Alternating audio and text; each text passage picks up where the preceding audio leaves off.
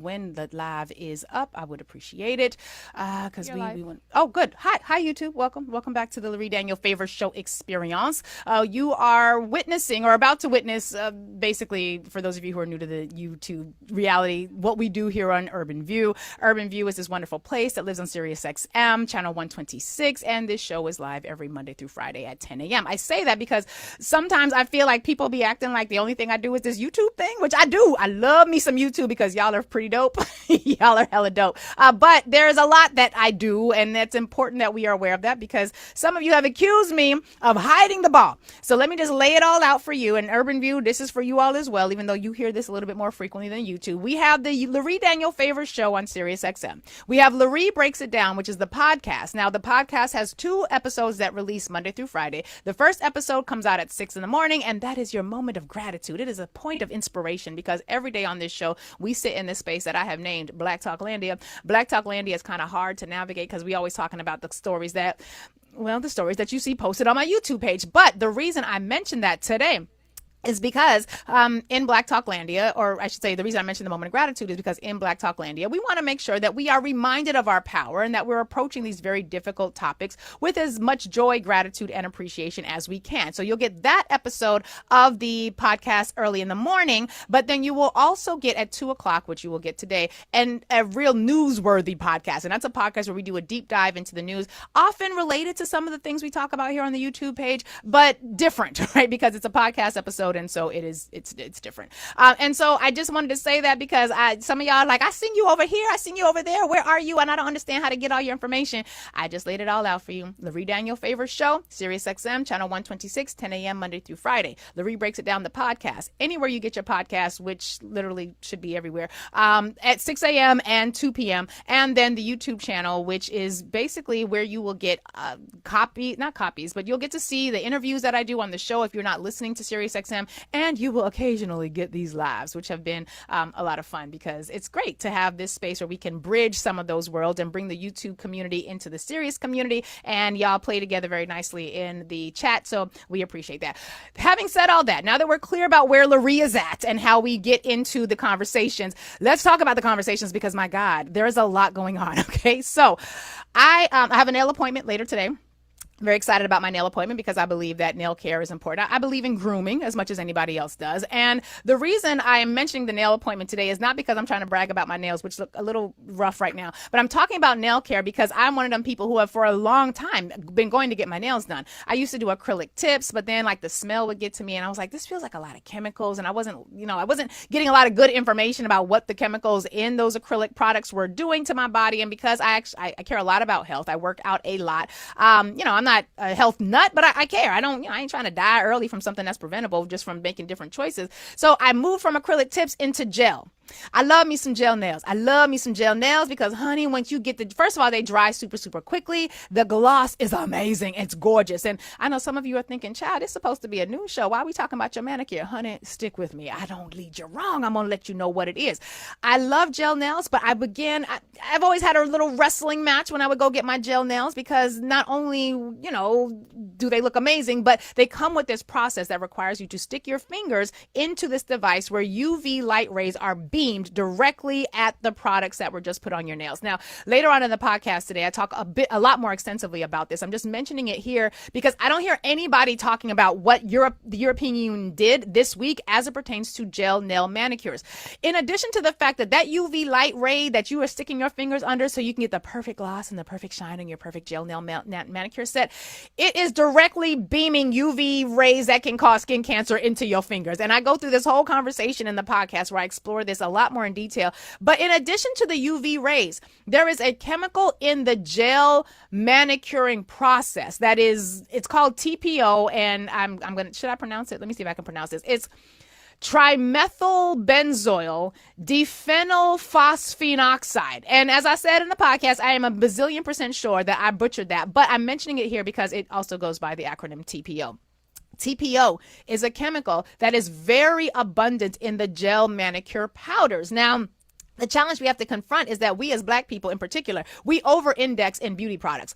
over-index in a lot of beauty products. We can talk about the reasons for that. And in fact, we don't even have to talk about the reasons for that. If you look at a lot of the videos on my YouTube page, whenever you search for politics of Black beauty, that we have an entire segment of this show where we talk about the way in which Black women and Black men are grooming products and our grooming processes can actually be very harmful to our Black bodies. And so there are over 100 million women who use some sort of nail polish or go get their nails done in this country alone. And this was according to 2020 figures. And basically, the European Union has decided that since the gel manicuring process, which requires you to use these products that have this TPO chemical in it, is so toxic, not just as it pertains to cancer, but for your reproductive system, meaning your ovaries, the uterus, your cervix, places where fibroids like to hang out. We should be aware of this.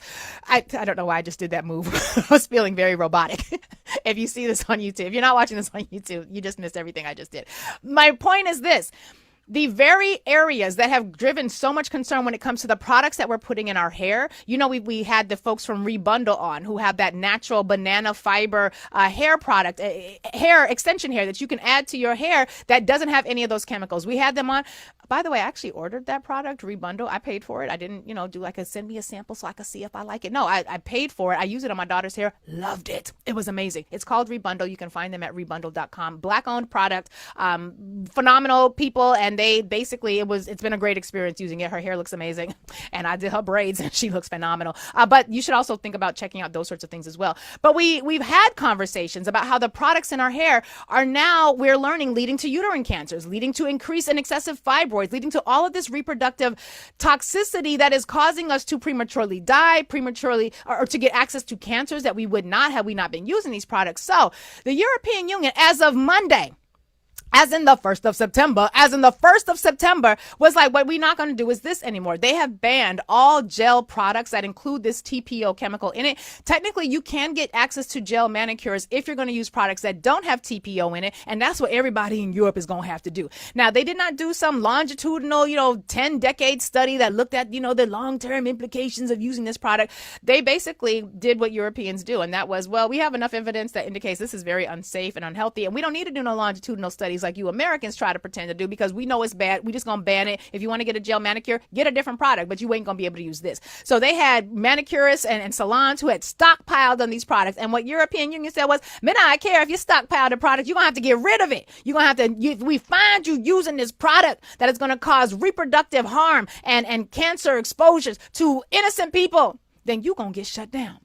Now, over in these United States, things are very different. Ain't nobody even talking about this. Ain't nobody even talking about it. Like, I've been searching. It is, and every article I have seen that has talked about this ban has been talking about what's happening in Europe. And it remains to be seen whether or not we are going to see anything like this in these United States. But basically, the European Union takes a more cautious approach to things. They're not going to expose, half the population, even if the half that they don't really like, to chemical exposure in a way that could harm everybody else, because they just approach things differently. Now, here in these United States, we're going to expose you to so much chemicals, honey. We're going to have entire regions of the nation called Cancer Alley. And we're not going to give a damn that we are basically in a system and in a society where people pay money to do things. And the things that you are paying to do, I said that wrong. We're in a society where people basically can make a lot of money doing things that harm a lot of people. But if you're making money, that's just American. We don't care if you're hurt. And you might think I'm being a bit exaggerating here, but just take a look at what's happening in the great state of Florida. In the great state of Florida, we are actually about to get a real world example as to the ways in which the American healthcare system actually functions. Now, we talked yesterday with Dr. Rob Davidson, who was, he's been an emergency room doctor for nearly 3 decades. He came on because he was representing an organization of tens of thousands of doctors that back in 2024, when RFK Jr. was first being put up to lead our Health and Human Services division, or the Secretary of Health rather, this organization of tens of thousands of doctors was sounding the alarm back then. And that was before RFK Jr.'s family even took the stand and was like, don't you dare hire this brother of mine. He is cuckoo for Cocoa Puffs. And let me remind you of some of the cuckoo for Cocoa Puffery that this man has wrought already on this nation. This is a man who has no medical background, who basically has essentially expelled half of the medical professionals who are part of the American public policy apparatus. This is a man walking around with a dead worm in his head, a dead worm that died there after eating a piece of his brain. We don't know if all the synapses are firing appropriately, but what we do know is this man also has an asphyxiation with death, with a eugenics approach to governing. And his belief is only the strong survive. His belief is you should allow disease to run rampant through the community, and whomever survives on the other side, they were the ones who were supposed to make it. And if you died, well, the good Lord didn't mean for you to be here for any long length of time. This is a man who believes in playing with dead animals, like cutting off the heads of dead whales that he learns are beached on this, have been beached in the local community. So he puts his kids in the back of the car, drives down to the beach with a chainsaw in the back of the car to saw off the whale's head, and then strap the whale's head to the roof of the car with the windows down, driving down the highway as he goes home with his kids and the chainsaw in the back of the car. And the kids remember it being so disgusting that the whale juices were flowing down the sides of the car and landing in their mouths. Now, why with the windows down with the dead whale strapped to your car? I know, but I do know that this man is cuckoo for Cocoa Puffs. The same man who also found a dead baby bear.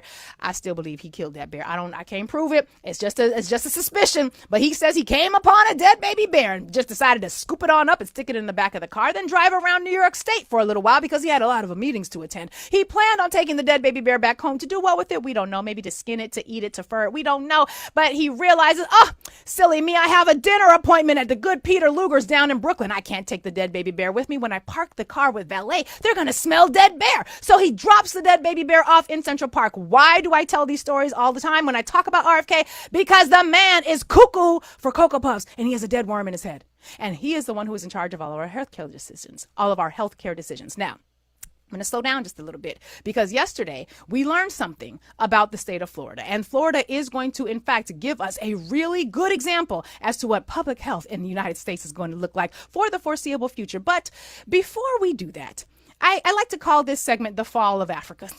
Like the great fall, how the mighty African has fallen. That's what I like to call this segment, because we're going to meet in this next moment an African who was unfortunately enslaved, but we're going to meet this enslaved African. His name is Onesimus, and we're going to learn about just a tidbit of the ways in which African people have traditionally shown up when it comes to healthcare in this society. And when I show you this clip, we're going to talk about where African technology and science started, and then we're going to look to Florida to see how far the mighty African has fallen. Now, I'm going to share my screen because I want you all to see this. Amina, do we have the clip for Onesimus ready?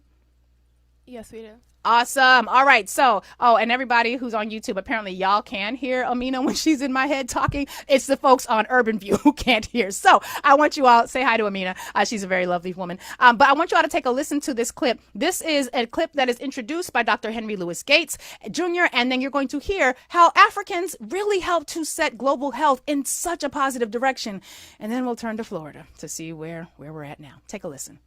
The year was 1721, and New England was in the midst of an infectious disease outbreak, a periodic, devastating reality in the American colonies. Desperate, colonists turned to a novel method of prevention, a technique invented in Africa and introduced to America by a black man named Onesimus. Onesimus was an enslaved African in 18th century Boston. He is given to Cotton Mather as a gift. Cotton Mather is a famous puritanical minister. He's considered a learned scholar, and among the things he was reading about was medicine. Mather asked Onesimus a lot of questions about things he knew from Africa. Onesimus told his enslaver about the practice of inoculation against smallpox in West Africa. A person would get some of the pus in a wound from someone who had a mild case of smallpox and rub it into their own skin and produce a kind of protection. Smallpox was absolutely terrifying to a city like Boston. Every couple of decades there was another outbreak, and in 1721 a very serious epidemic comes into Boston. When the epidemic breaks out, Mather joins up with this doctor and they test out the practice of inoculation. That led to a very divided community. A lot of people said, I do not want to be inoculated. I don't trust it. Some people dismiss it because it's an idea Mather picked up from an African man. But the trial Shocking produced no one. such conclusive evidence that inoculation worked. Onesimus knew what he was talking about. There were all kinds of cures that enslaved people knew about from Africa or the Caribbean that improved the lives of their fellow community members, even those who claimed to own them. The tragedy is their history wasn't written down. All too often in American history, progress has been introduced by Black people, but their life-changing innovations have been marginalized, stolen, co-opted, or forgotten.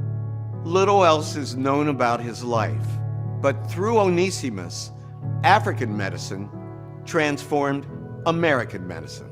Let's pause it right there and let's have a conversation about how we have fallen. How the mighty have fallen. We have the continental Africans introducing the entire science of vaccine and immunology to the West.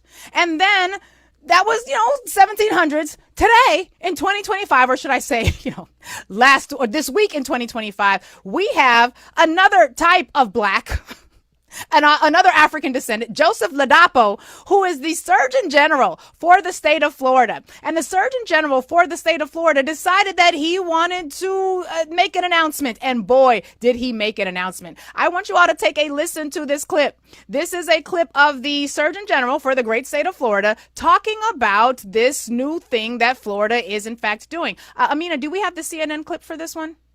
Yes, we do. Awesome. Okay, let's get this CNN clip. I want you all just take a listen. And YouTube, yes, I'm going to share the screen for you all as well. Amina, let's hear that clip, please. A hugely impactful public health announcement was just made in Florida. The state is looking to end all vaccine mandates. Florida Surgeon General, a known vaccine skeptic, said this a short time ago. The Florida Department of Health, in partnership with the governor, is going to be working to end all vaccine mandates in Florida law. All of them. All of them. And that's how it should be. That is a moral, ethical universe, not this nonsense where people who don't know you are telling you what to put in your temple. Child. Let's This would just make stop it Florida right the there, first Amina, state because and we're a going to long-stand- talk about this a little bit. We're in a moment right now where the fools are in charge of everything. They're in charge of everything. He goes on to say things like, who am I to tell you what's safe to put in your body? You're a doctor. Like, you're a scientist. I don't have the knowledge or the insight as to how to determine whether or not a medicinal is going to be safe or not. That's why we have scientists. That's why Onesimus, they had an entire process throughout the continent of Africa where they were exploring the best case scenarios for different medicines, trying them out, testing them out. They didn't just say, ooh, let me take a little bit of that smallpox pus and just stick it in my mouth. No, there was a scientific approach. There was an approach of inquiry. So I don't have the knowledge about how to determine whether or not my food is safe. I trust the food scientists. I don't have the knowledge to know whether or not that smoke coming out of your smokestack is safe for my community to breathe in. I trust the environmental scientists because that's how public health and public safety works. This man, Joseph Ladapo, oh my God, how far the mighty African has fallen. He goes on to say that vaccine mandates are like worse than slavery. I'm like, y'all don't study slavery. Y'all don't study slavery enough to me. It was an enslaved African that brought you vaccinated science. Y'all don't know nothing about slavery. Keep slavery out your mouth because you don't know nothing about it. You're just embarrassing all the rest of us. But basically, the state of Florida is going to give us a very real world example of what it means to abandon standardized, normalized healthcare practices. Somebody had noted on the Twitters, I believe it was. Yes, Paul Blessed had noted that about 10 years ago, one kid with measles went to Disneyland and hundreds of kids spanning 6 states, Canada and Mexico got it. Anyway, over 50 people went to Disney World last year. We really have to be clear about some of the challenges that we are facing. And I know some of us out there, we have a lot of us, all of us have reason to be concerned about what is happening when it comes to our healthcare system. But I'm going to show you this chart because we believe in science on this show. We believe in evidence-based science on this show. Take a look at this chart. This is a chart for those of you who are listening on Urban View. We're looking at the polio virus. Now, we're looking at a chart that shows us what was happening. This is a chart. Let me show y'all what my sources are. Hold on, because we believe in citing sources. This is the National National Park Service. This is technically an official website of the U.S. government, which I always take with a grain of salt right now. They haven't gotten to this particular article, but they're talking about the polio virus. And when it comes to the polio virus, this is a virus, as you can see here on the screen, caused by a virus that is spread through person-to-person contact, through contact with the stool or droplets of an infected person. What did COVID teach us about droplets? Every time I speak, I'm spewing droplets. Every time you are talking to someone, they're basically spewing droplets into your breathing zone. You are spewing droplets into their breathing zone, and y'all basically raw dogging the spit out of each other's mouth. That's why we were wearing masks during the COVID pandemic, and some of us still do. But look at this chart. It shows you the cases of polio paralysis in the United States before the 1950s, which was at 15,000, right, on a regular basis. In the 1950s, 15,000 people were contracting polio, and then as a result, being paralyzed, as a result, having to live in that device called an iron lung, right? But then once you introduce the vaccines, look at the drop. From 15,000 in a decade to 100 in the 1960s to 10 in the 1970s. And it's not just polio. There were so many other diseases that we now have essentially, some would say, fully eradicated. So, well, we thought we had eradicated measles, but then the measles came back because people stopped vaccinating. And so now we got measles spreading all across the country right now. And in fact, let's take a look at the chart for measles, since people like to act like all you need is a vitamin A drop in order to get cleared of your measles infection. Oh, hold on. Where's my chart?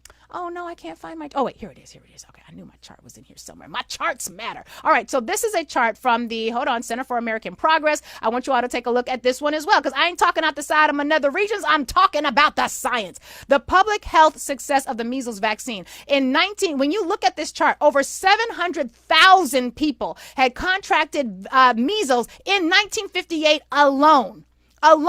Once we get the vaccine introduced in 1963 and its license, we see the drop-off is precipitous. In 2000, there was a declaration that measles had been eradicated. It had been eliminated, because when you look at the charts, and those of you who are seeing this on YouTube, you're going to get a different experience. For those of you listening in Urban View, you will get to see this on the YouTube video once you are able to log on. Basically, by 2000, we had almost eradicated measles.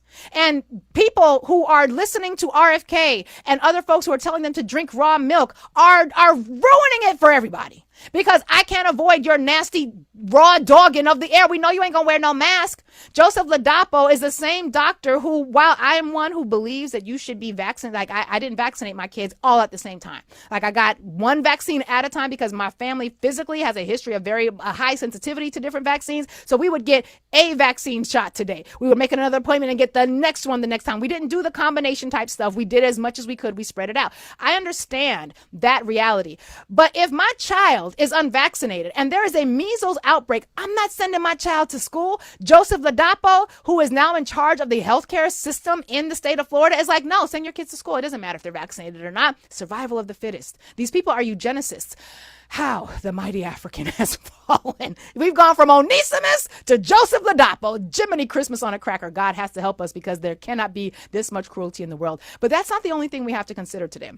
What we also have to consider is what's happening as it pertains to the state of affairs off the coast of Venezuela. And I'm going to talk a little bit about this right now, but just know that we mentioned briefly yesterday that the state of the United States had basically announced that they were cheering and gleeful about the fact that they had bombed this narco trafficking boat. What we are now learning is that, wait a minute, it might not have been a narco trafficking boat. It was likely a shipping boat. That is yet to be determined. We're still trying to figure things out. Of approximately 11 people. And even if it were a narco shipping boat, well, then you chase them, you track them with like the Coast Guard, you arrest them, you try them, you convict them, and you jail them. You don't get to be judge, jury, and executioner in the middle of the freaking open seas where it's just you, Flipper, and the boat, and you get to decide. That ain't how this is supposed to work. But one of the professors at NYU Law School, shout out to NYU, my alma mater for law school, Ryan Goodman,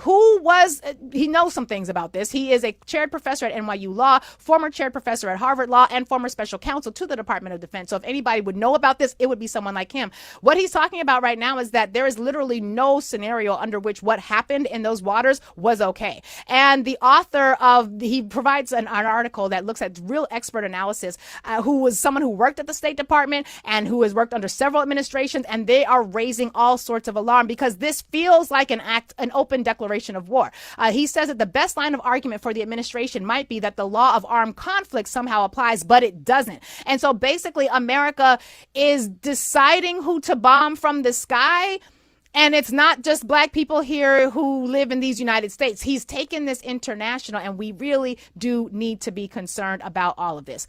And we're going to talk more about that because it's still very fishy. Pun absolutely not intended. And this is a tragic situation, so I would not even want to pretend to joke about something like that. But this is a real problem, because if America is sua sponte, like on its own, just bombing moles, like what's to stop that from happening? Especially considering, remember I told y'all this week that China had all the new cool kids on the block, like gathered together with Xi Jinping, president of China, Vladimir Putin, president of Russia, Kim Jong-un, head of North Korea, and like 26 to almost 30 other nations. Only a couple of them was from the West. Well, baby, China just unleashed some weapons that would make Pete, his own mama said he's trash. Hegseth, take another drink. Although I don't know if that would be very hard to do. Basically, China got new weapons. Weapons ain't nobody even seen or heard about. Now, if we had more time, I would show you some of them. But we don't really need to be providing all that military theater. You know, I don't really feel very good about that.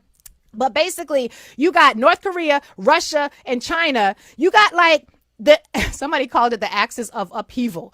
But you no longer have a situation where the only nuclear arms situation on the block is the United States.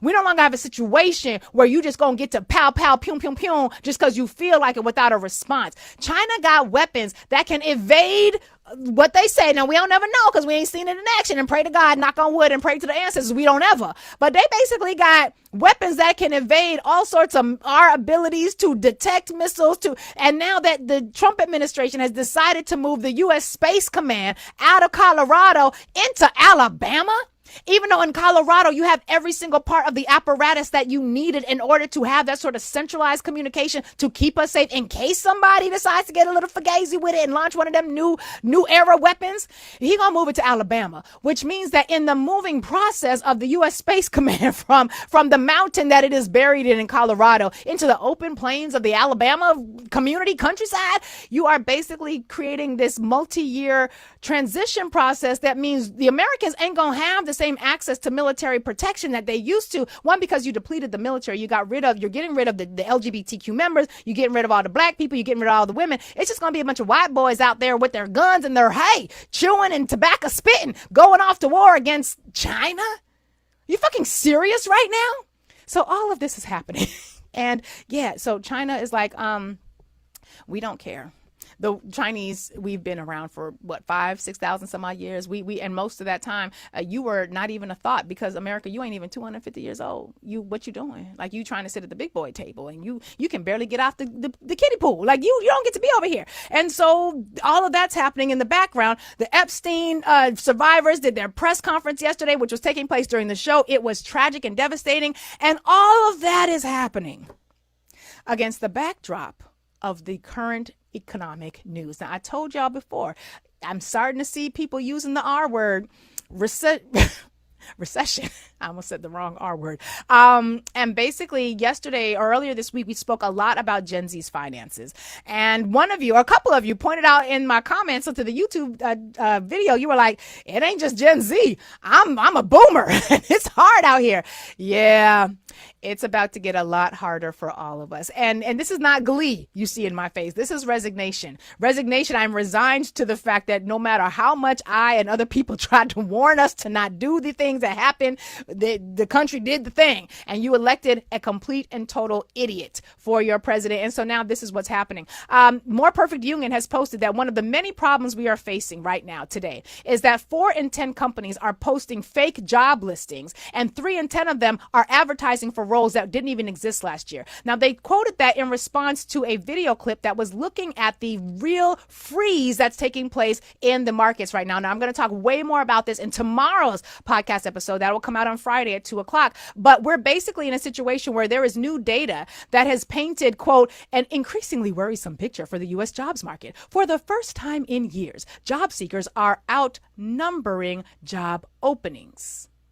In the month of July, there were 7.18 million jobs open, and there are 7.2 million people who are unemployed and looking for a job. So even though the stock market seems to be narrowing and managing this okay, even though the wealthy are doing all right, if you ain't making at least $100,000 in this country, you are struggling in ways that perhaps you are only beginning to realize. Well, frankly, I think poor people always know when the struggle is coming. I think poor people are the real canaries in the coal mine because they're the ones who have to figure things out way before everybody else does. But we're in a situation right now where, honey, it's bad.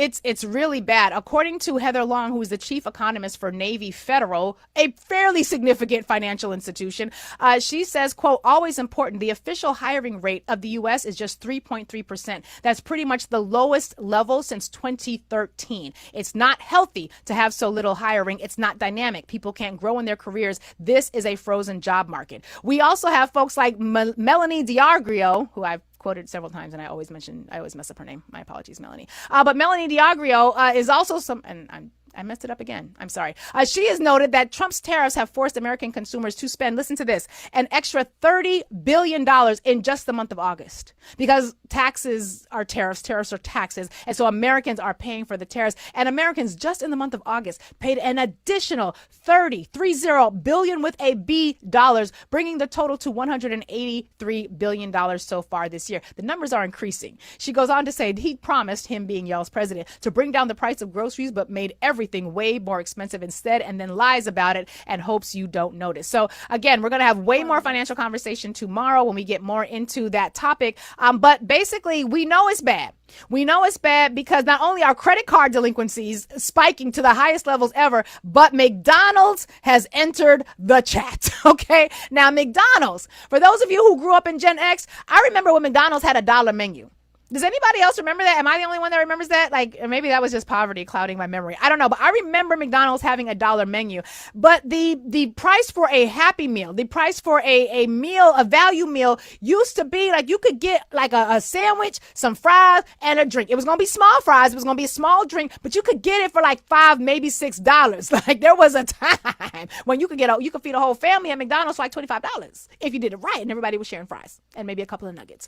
But now what we have seen from McDonald's is that the CEO of McDonald's has said we are living in a two-tier economy. If you are making $100,000 or beyond, you're doing just fine. But our customers, he says, who are making below $100,000, they're skipping meals or they're choosing to eat at home.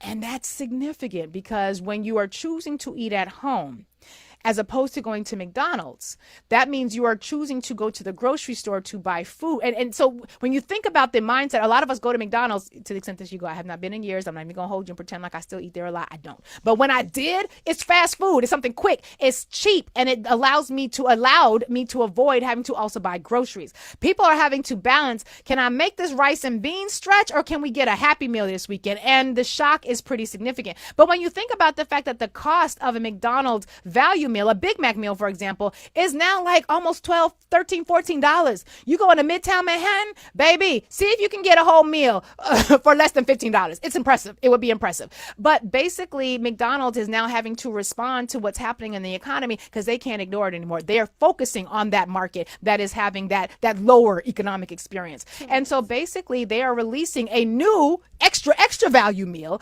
And the idea is that you should be able to get a full sort of meal-ish, sort of under $10, maybe, if you're creative and like quarter pounders or McFishes or whatever fish fillets. That's what they call them. So the whole world is seeing what's happening. The rest of the world is aligning militarily to protect itself from what just happened in Venezuela. And if he keeps doing stuff to other countries the way he did to Venezuela, we finna find out. We collectively. Ain't gonna be no more fuck around and find out. Because guess what? Them Chinese bombs don't care if I didn't vote for that man. I'm here. We're all here.